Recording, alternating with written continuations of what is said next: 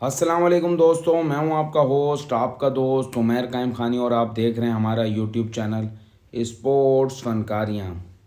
Pakistan Australia की T20 series जो आज से शुरू हो रही है और उसका आज पहला मैच है। पाकिस्तान और ऑस्ट्रेलिया इससे पहले वनडे सीरीज़ खेल चुके हैं जिसमें पाकिस्तान ने ऑस्ट्रेलिया को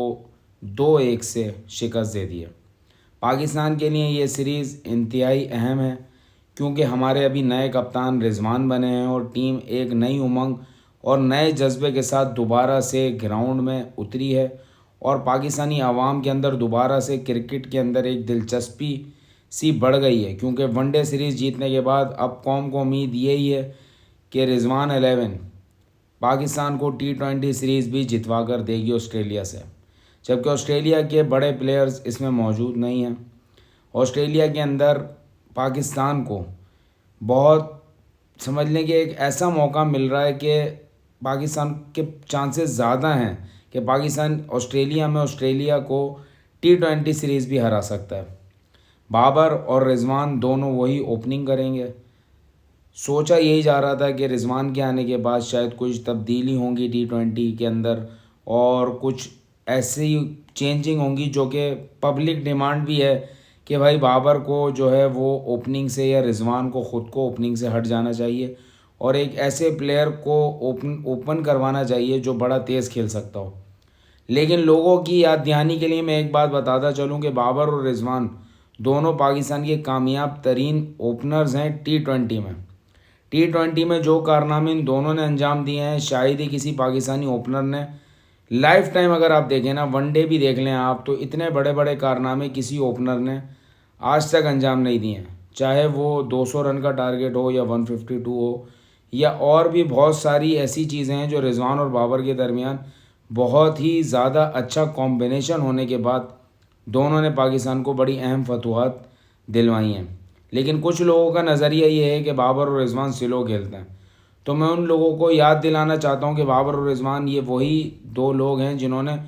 200 रन भी 20 ओवर में आराम से चेस करके दिखाया और कोई ऐसी मतलब हार्ड हिटिंग बैटिंग भी नहीं करी और कुछ भी नहीं किया, लेकिन सुकून से वही 200 रन चेज हो गए थे। पाकिस्तान के अंदर कुछ लोगों का नज़रिया ये है कि यार हमारे सुपर ओवर्स जो हैं वो ज़ाया हो जाते हैं रिजवान और बाबर की वजह से, जबकि मेरा नज़रिया इससे मुख्तलिफ है कि अगर आपने ओपनिंग पेयर चेंज भी करके देखा है, रिजवान के साथ अगर आपने किसी और को ओपनर भेजा है तो भाई पहले ओवर में तीसरी चौथी बॉल पर फिर बाबर वन डाउन आ जाते हैं, आपको एक विकेट का नुकसान ही हो जाता है। अगर पहले ओवर में बामुश्किल अगर हमारा कोई और ओपनर जगह बना भी ले कि भाई चलो पहले ओवर को झेल गया वो, तो दूसरा ओवर ज़्यादा से ज़्यादा इससे ज़्यादा का चांस नहीं होता और बाबर को फिर आना पड़ता। तो इन सब बातों को देखते हुए मैं ये समझता हूँ कि भाई ये हम मौका देते ही क्यों हैं, जब बाबर ने ही आके वन डाउन में पहले ओवर में भी खेलना है तो ओपनिंग भी अगर बाबर ही कर ले और रिजवान ही कर ले। फिलहाल पाकिस्तान इसी ओपनिंग पेयर के साथ कल ऑस्ट्रेलिया के अंदर भी उतरेगा और लोगों को उम्मीद यही है कि पाकिस्तान ऑस्ट्रेलिया को ऑस्ट्रेलिया में इंशाल्लाह हरा देगा।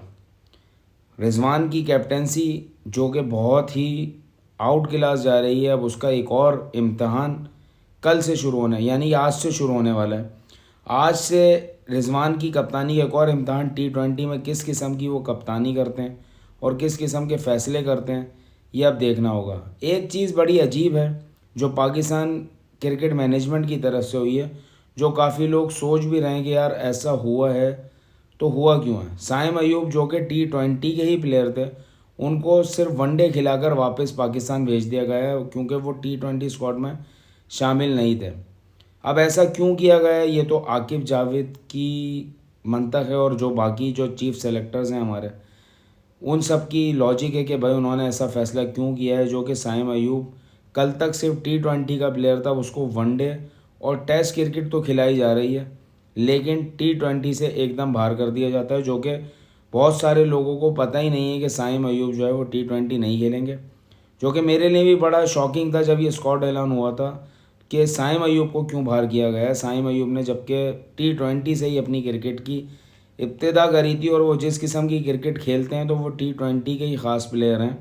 लेकिन उनको T20 स्क्वाड से बाहर कर दिया गया। अब आज देखना ही होगा कि कौन से हम 2 लोगों को नए चांस देते हैं। सुनने में आ रहा है कि हुरैरा को भी चांस दिया जाएगा आज, और जो है वो मिन्हास को चांस दिया जाएगा, और अल्लाह आपका भला करे अब्बास आफरीदी और उसके अंदर जहादात के अंदर से दोनों में से किसी एक को खिलाया जाएगा। जहादात से मुझे बड़ी उम्मीद है भाई, पाकिस्तान का एक अच्छा ऑलराउंडर फास्ट बॉलर है जो कि बेहतरीन हार्ड हिटिंग भी करता है और बॉलिंग भी बहुत नपी तुली और ज़बरदस्त बॉलिंग करता है। तो मैं कल जो अगर जहादात को खिलाया तो मैं कल बड़ा यार मज़ा आएगा मुझे जहादात की बॉलिंग ऑस्ट्रेलिया में देखने में,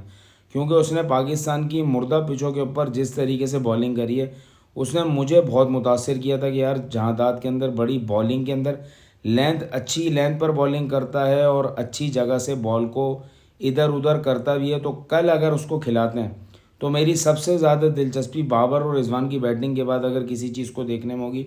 तो जहादात की बॉलिंग में होगी। जहादात की बॉलिंग से और बैटिंग से मुझे कम अज़ कम बहुत उम्मीद है कि यार ये इस लड़के के अंदर कुछ दम है और जज्बा भी है, ये अच्छा खेल सकता है। तो अगर आज के मैच में खिलाया जाता है जहादात को तो जहादात भाई कुछ करके दिखाना, हमारी उम्मीदों पर पूरा उतरना, क्योंकि मैंने कम से कम बहुत सपोर्ट किया है जहादात को जब से मैंने पीएसएल में जहादात को देखा। और अभी जो हमारा चैम्पियंस कप हुआ था उसके अंदर जहादात की बॉलिंग और बैटिंग दोनों देखी तो मुझे बड़ा मुतासिर किया था, और फिर एकदम ही हमारे सेलेक्टर्स की नज़र में भी आया और उसको ऑस्ट्रेलिया के टूर पर भेजा गया। तो कल रिजवान भाई जहादात को चांस देकर देखें, इंशाल्लाह वो पूरा उम्मीद पर उतरेगा आपकी। और आज आपको हो सकता है कि सबसे ज़्यादा जो हमारा टर्निंग पॉइंट हो वो जहादात की बॉलिंग ही हो, और जहादात को अगर खिलाया जाता है तो अभी तक मुझे पता नहीं कि प्लेइंग 11 होगी क्या। प्लेइंग 11 में ऐसा है कि अब्बास या जहादात में से किसी एक को खिलाया जाएगा, लेकिन प्लेइंग 11 जो भी होगी वो रिजवान की तरफ से नहीं होगी, हमारे सेलेक्टर्स की तरफ से होगी। और आज एक और कल यानी कि एक और बड़ी बात ये हुई कि ऑस्ट्रेलिया साउथ अफ्रीका हार चुका है मैच इंडिया से। इंडिया ने तीसरे T20 में साउथ अफ्रीका को हरा दिया है। इंडिया ने पहले खेलते हुए 220 रन का टारगेट दिया, जबकि साउथ अफ्रीका 207 रन पर पूरे ओवर्स हुए, 7 खिलाड़ी आउट हुए। बहुत ही दिलचस्प मुकाबला हुआ। उनके जो एक बैट्समैन है इंडिया के, उन्होंने सेंचुरी स्कोर भी करी, उनका नाम मेरे जहन में नहीं आ रहा क्या नाम है उनका, लेकिन अच्छी बैटिंग करी इंडिया की तरफ से। और साउथ अफ्रीका ने ओवरऑल जो है वो फाइटिंग करी, लेकिन आखिर में वो स्कोर पूरा ना कर सके और साउथ अफ्रीका फ़िलहाल ये मैच हार चुकी है। इंडिया के लिए सिर्फ संडे ही बहुत बुरा जा रहा है, बाकी दिन अच्छे जा रहे हैं।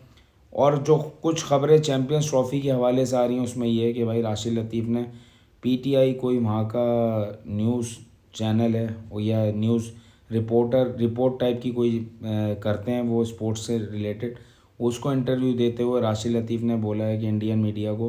कि अगर मैं चेयरमैन होता तो मैं इस पर सख्त फ़ैसला लेता और मैं इस बात पर डटा रहता कि पाकिस्तान ना सिर्फ चैम्पियंस ट्रॉफ़ी का बाइकआउट करेगा अगर इस तरीके से होता है कि अगर हमसे चैम्पियंस ट्रॉफ़ी लेकर किसी और मुल्क को दे दी जाती है, किसी और मुल्क में होस्ट होता है और ये तमाम मैचेस किसी और मुल्क में शिफ्ट हो जाते हैं भारत के कहने पर, ना सिर्फ मैं ये करता चैम्पियंस ट्रॉफ़ी का बाइकआउट, और मैं आइंदा आने वाले तमाम मैचेस जो आईसीसी के निक के तहत पाकिस्तान और भारत के दरमियान खेले जाने थे उसका भी बाइकआउट करता। तो ये सारी चीज़ें हमारे मीडिया पर चल रही हैं और ये सब चीज़ें आवाम भी देख रही है। भारत का जो भी किरदार है वो तो अपना किरदार जिस तरीके से निभा रहे हैं वो निभाते रहें,